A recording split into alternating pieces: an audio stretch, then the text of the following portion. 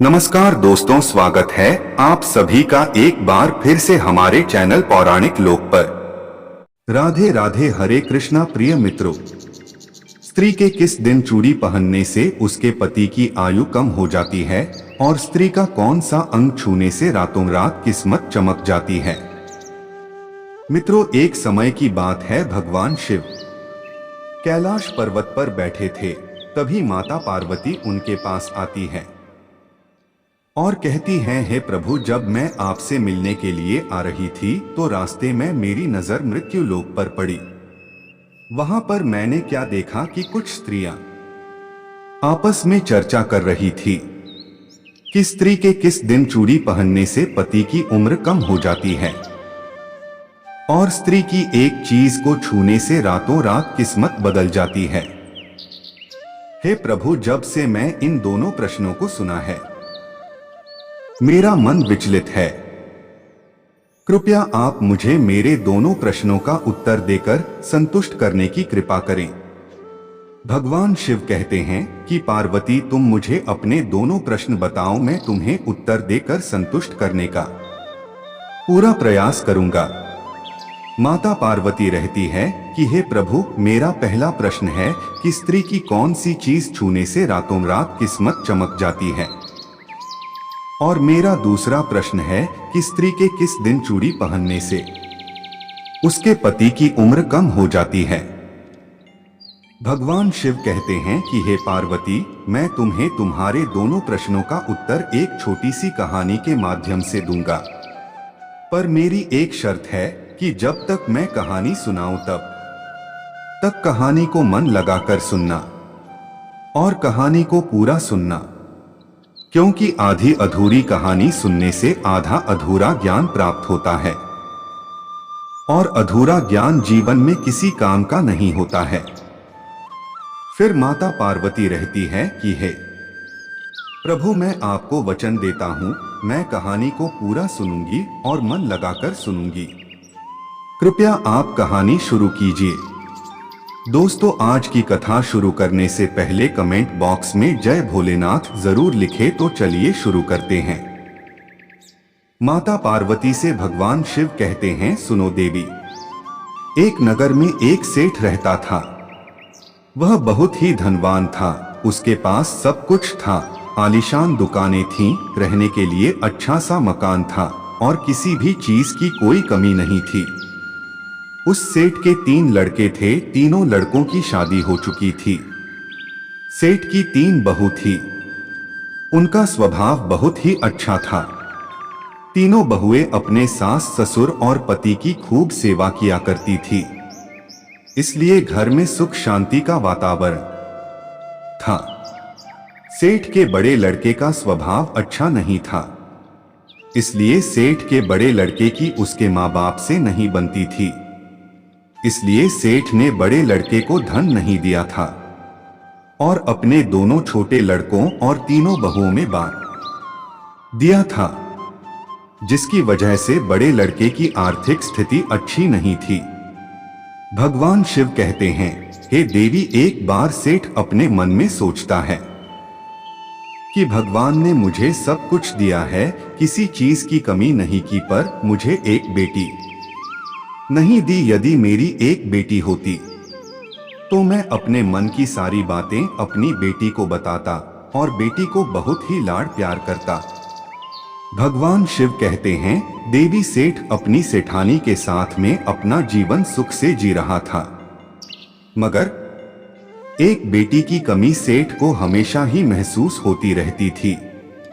सेठ हमेशा अपने घर के पास स्थित मंदिर में श्री राधा रानी के दर्शन करने जाया करते थे। एक दिन जब सेठ मंदिर में राधा रानी के दर्शन करने गए थे तो उस दिन मंदिर में एक संत पधारे हुए थे। सेठ को उदास देखकर संत ने सेठ से पूछा, तुम उदास क्यों हो? तो सेठ बोले, महाराज, मेरे कोई बेटी नहीं है, इसलिए मैं उदास हूं। फिर संत मुस्कुराए और बोले, यदि जीवन में किसी रिश्ते का अभाव है तो उसकी जगह भगवान को बिठा लेना चाहिए।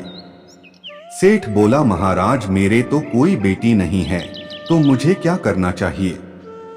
फिर संत बोले, सेठ तुम एक काम करो, तुम बसाने की बेटी श्री राधा को ही अपनी बेटी क्यों नहीं मान लेते हो।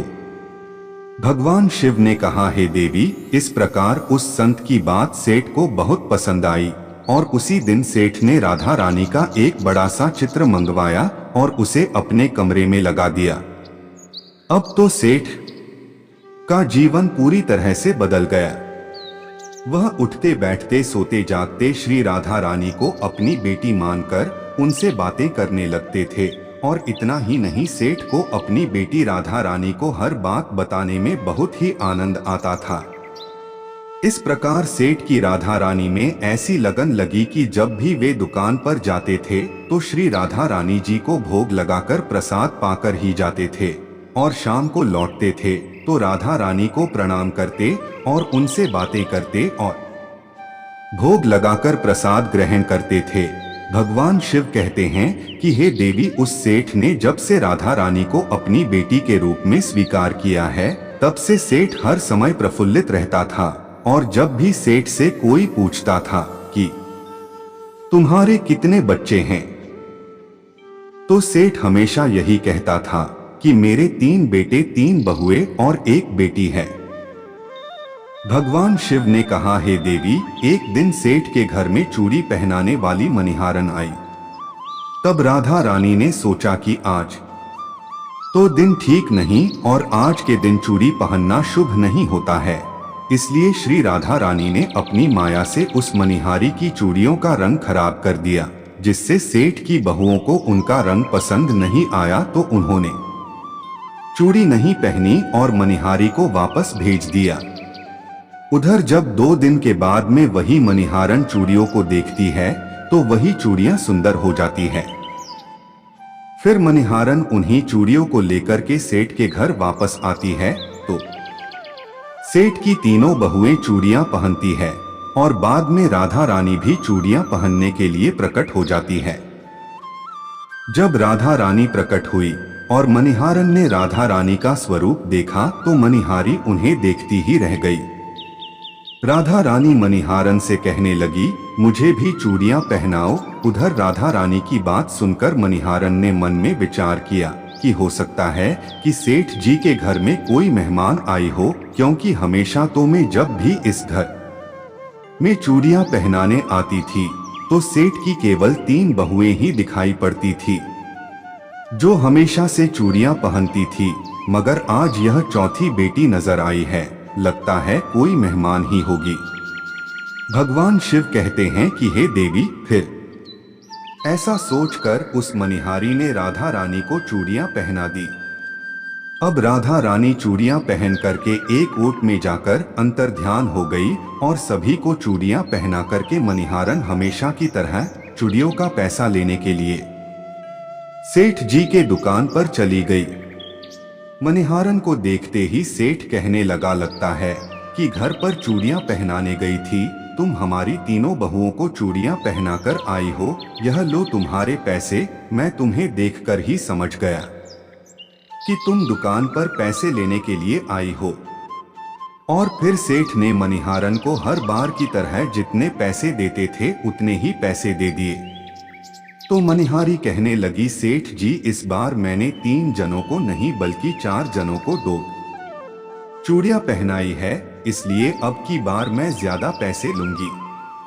भगवान शिव कहते हैं, हे देवी, मनिहारन की बात को सुनकर सेठ कहने लगा, हमारे घर में तो 3 बहुओं के अलावा तो कोई चौथी और है ही नहीं, फिर तुमने चूड़ियां किसको पहनाई। मनिहारन कहने लगी, सेठ जी, मैं नहीं जानती, मैं तो सिर्फ इतना जानती हूँ कि मैंने तो आपके घर 4 जनों को चूड़ियां पहनाई है।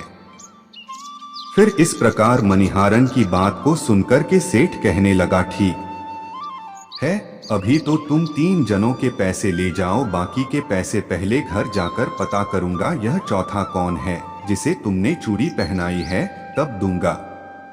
मनिहारन बोली, ठीक है सेठ जी, पहले आप घर पर पता कीजिए, उसके बाद मुझे मेरे पैसे दे देना। और ऐसा कहकर वह मनिहारन सेठ की दुकान से चली गई।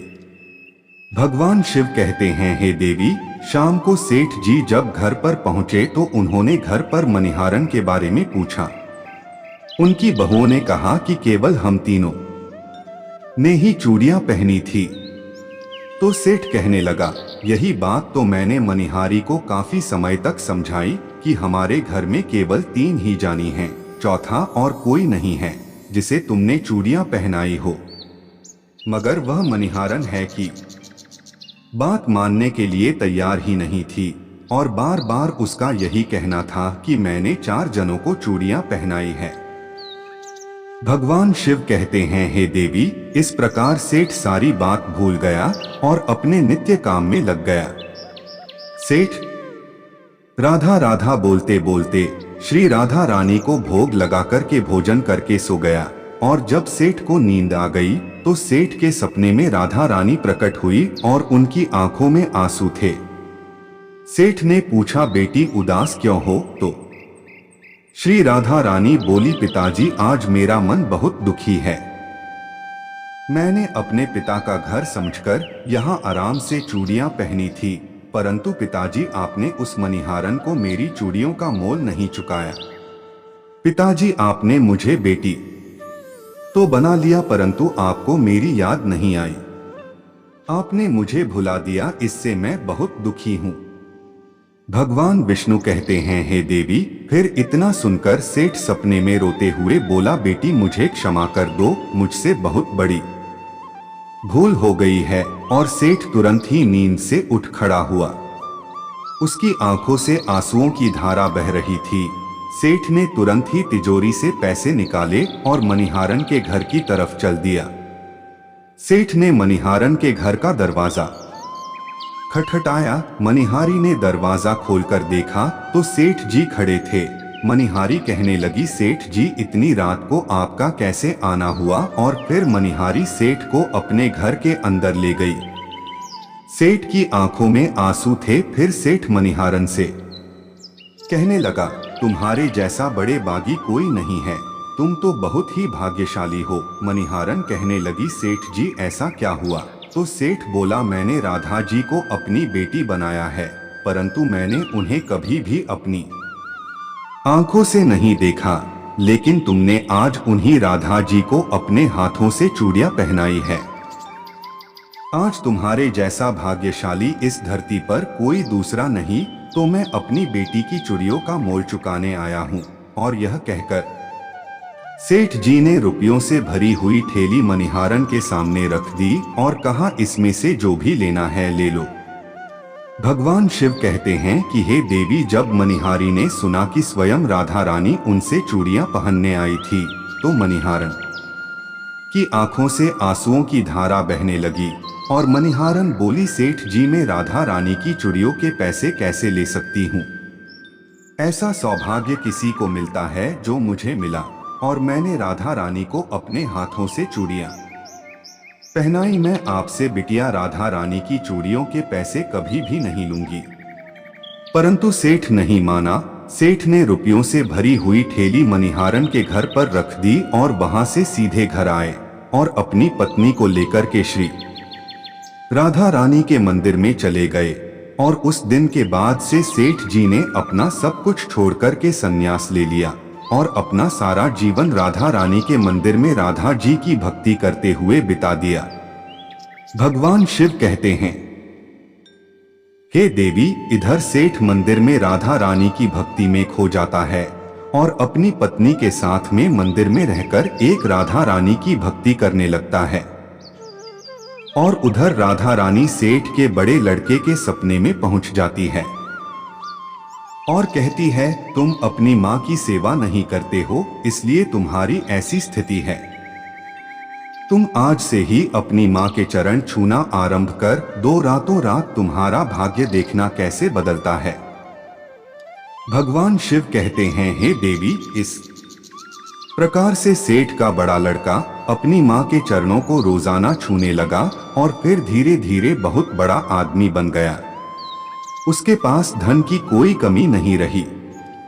फिर भगवान शिव कहते हैं, देवी, तुम अपने पहले प्रश्न का उत्तर समझ लो। तुम्हारा पहला प्रश्न था कि स्त्री की कौन सी चीज छूने से रातों रात भाग्य बदल जाता है, तो ठीक से समझ लो जो इंसान सेठ के बड़े लड़के की तरह अपनी माँ के चरणों की सेवा करता है, माँ के चरणों का अमृतपान करता है, उसका सोया हुआ भाग्य जाग जाता है और एक दिन वह इंसान बहुत बड़ा आदमी बनता है।